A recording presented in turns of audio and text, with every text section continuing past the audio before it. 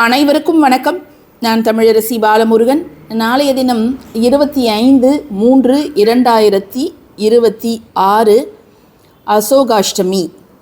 ஒவ்வொரு வருடமும் பங்குனி மாதம்ல வரக்கூடிய வளர்பிறை அஷ்டமி, அதாவது ராம நவமிக்கு முன்னாடி வரக்கூடிய அந்த அஷ்டமியை நம்ம அசோகாஷ்டமி அப்படின்னு அழைப்போம். மற்ற அஷ்டமிகளை விட நாளைய தினம் வரக்கூடிய அஷ்டமி அப்படிங்கிறது ரொம்ப ரொம்ப சிறப்பானது. இது நாளை அப்படின்னு சொல்ல முடியாது, இன்றே அந்த அஷ்டமி திதியானது ஆரம்பித்து நாளை வரை இருக்கின்றது. ஸோ இப்போ நம்ம சொல்லக்கூடிய இந்த ஒரு வழிபாட்டை நீங்கள் இன்று இரவும் செய்யலாம், அல்லது நாளையும் நீங்கள் செய்யலாம். 2 நாட்கள் உங்களுக்கு வாய்ப்பு இருக்கிறது. இந்த வழிபாட்டிற்கு தேவையான மிக முக்கியமான ஒரு இலை என்ன அப்படின்னு பார்த்தீங்கன்னா, இந்த மருதாணி இலை தான். சோகம் அப்படின்னா என்ன அப்படிங்கிறது நம்மளுக்கு தெரியும். அசோகம் அப்படின்னா அந்த சோகங்களை, துன்பங்களை நீக்கக்கூடிய ஒரு வார்த்தைக்கு தான் நம்ம அசோகம் அப்படின்னு நம்ம அழைக்கிறோம்.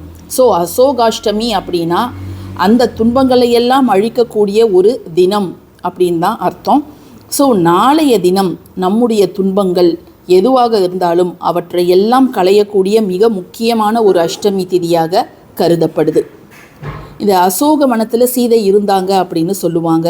இந்த அசோக வனம் அப்படிங்கிறது நிறைய பேர் என்ன நினச்சிட்டு இருக்காங்கன்னா, அசோக மரம் அப்படின்னு ஒரு மரம் இருக்குது, அதுதான் அந்த வனத்தில் தான் சீதை இருந்தாங்க, ராமனை பிரிந்து இருந்தாங்க அப்படின்னு நினைக்கிறாங்க. பட் ஆனால் அது மருதாணி செடிகள் நிறைந்த ஒரு வனத்தில் தான் அவங்க இருந்தாங்க.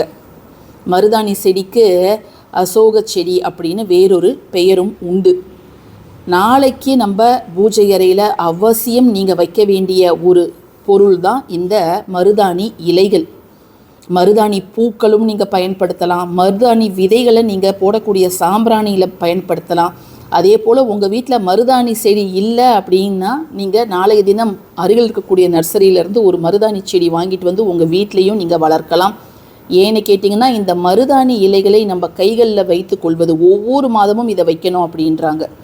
ஒரு முறை வைத்து அந்த மருதாணி அழிஞ்சிடுச்சா அடுத்தது நீங்கள் அதை அரைச்சி உங்கள் கைகளில் இட்டுக்கொள்ளுங்கள். ஏன்னா நம்ம மருதாணி வச்சுட்டு செய்யக்கூடிய எந்த விஷயமானாலும் அது நமக்கு நன்மையை தரும், 1 மடங்குக்கு பல மடங்காக பெருகும்.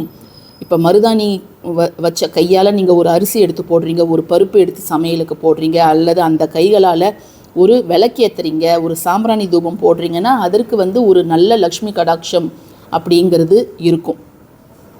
ஸோ உங்கள் வீட்டில் இருந்தாலும் சரி, அல்லது அருகில் இருந்தாலும் சரி, அவங்கக்கிட்ட கேட்டு ஒரு கைப்பிடி மருதாணியை நாளை உங்கள் வீட்டில் நீங்கள் பல வகையில் பயன்படுத்தலாம். அதில் என்னென்ன வகையில் நம்ம பயன்படுத்தலாம் அப்படிங்கிறத இப்போ நம்ம ஒன்று ஒன்றா சொல்கிறோம்.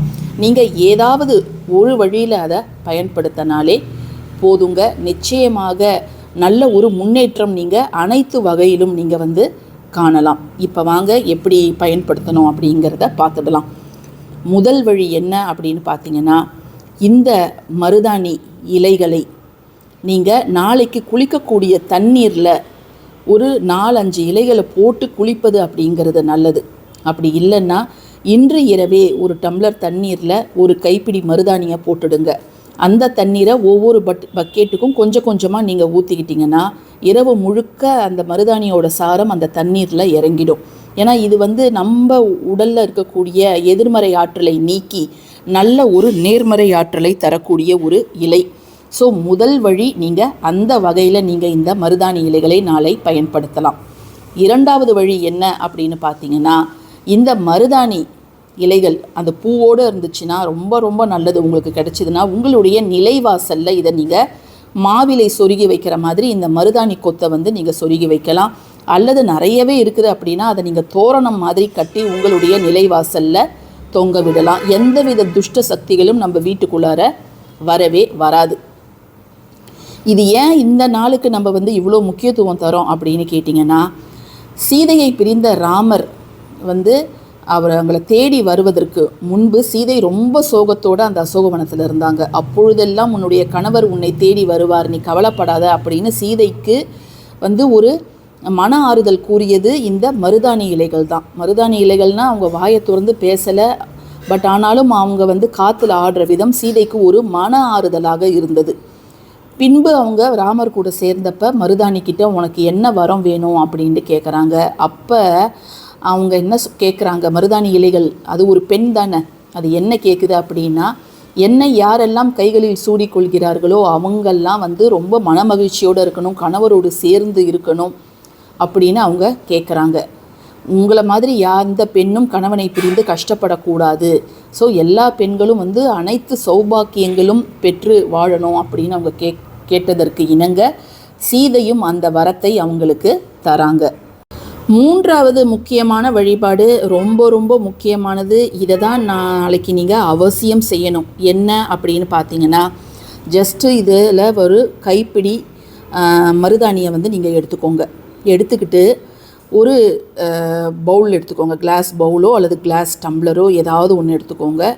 எடுத்துக்கிட்டு இப்போ நம்ம செய்கிற மாதிரி நீங்கள் செஞ்சு உங்களுடைய பூஜை அறையில் நாளைக்கு இது நாள் முழுக்க இது இருக்கட்டும். சரிங்களா?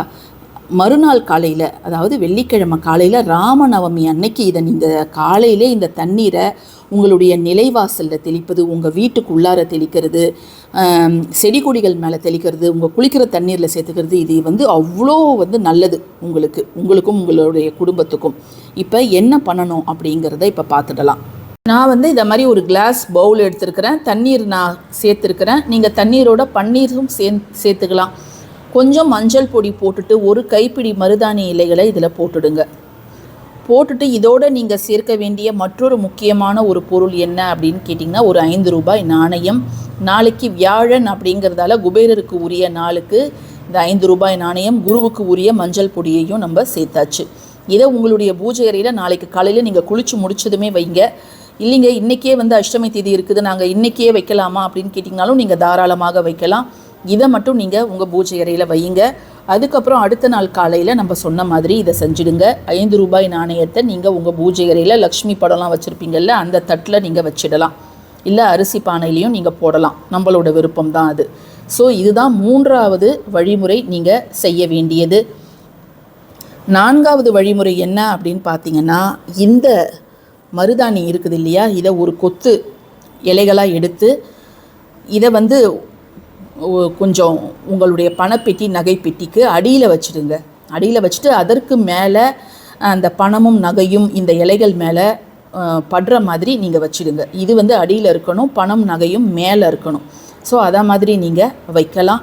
அதிலும் நாளைக்கு வியாழக்கிழமை குருஹோரையில் காலையில் 6லேருந்து 7 மதியம் 1லேருந்து 2 நீங்கள் அந்த ஒரு விஷயத்தை செய்யலாம். அடுத்தது பார்த்திங்கன்னா, இந்த மருதாணி விதைகளால் நீங்கள் உங்கள் வீட்டில் சாம்பிராணி தூபம் போடுவது அப்படிங்கிறதும் ரொம்ப ரொம்ப நல்லது. ஸோ இந்த 5 வழிகளில் இந்த இலைகளை நாளைக்கு நீங்கள் பயன்படுத்தலாம்.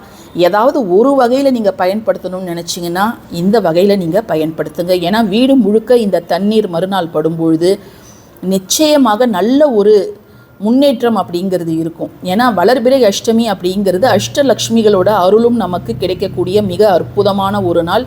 அதனால் அவசியம் இதை நாளைக்கு நீங்கள் செய்யுங்க. நல்லதொரு பலன் ஏற்படுவதை நீங்களே உங்கள் கண்கூடாக பார்க்க முடியும். இந்த பதிவு உங்களுக்கு பிடிச்சிருந்ததுன்னா கட்டாயமாக லைக் பண்ணுங்கள், ஷேர் பண்ணுங்கள், நம்ம சேனலுக்கு சப்ஸ்கிரைப் பண்ணுங்கள். அதை மாதிரி யாரெல்லாம் நம்ம சேனல் மெம்பர்ஸாக ஜாயின் பண்ணணும்னு நினைக்கிறீங்களோ தாராளமாக ஜாயின் பண்ணிக்கலாம். தேங்க்யூ ஃபார் வாட்சிங் திஸ் வீடியோ. நன்றி.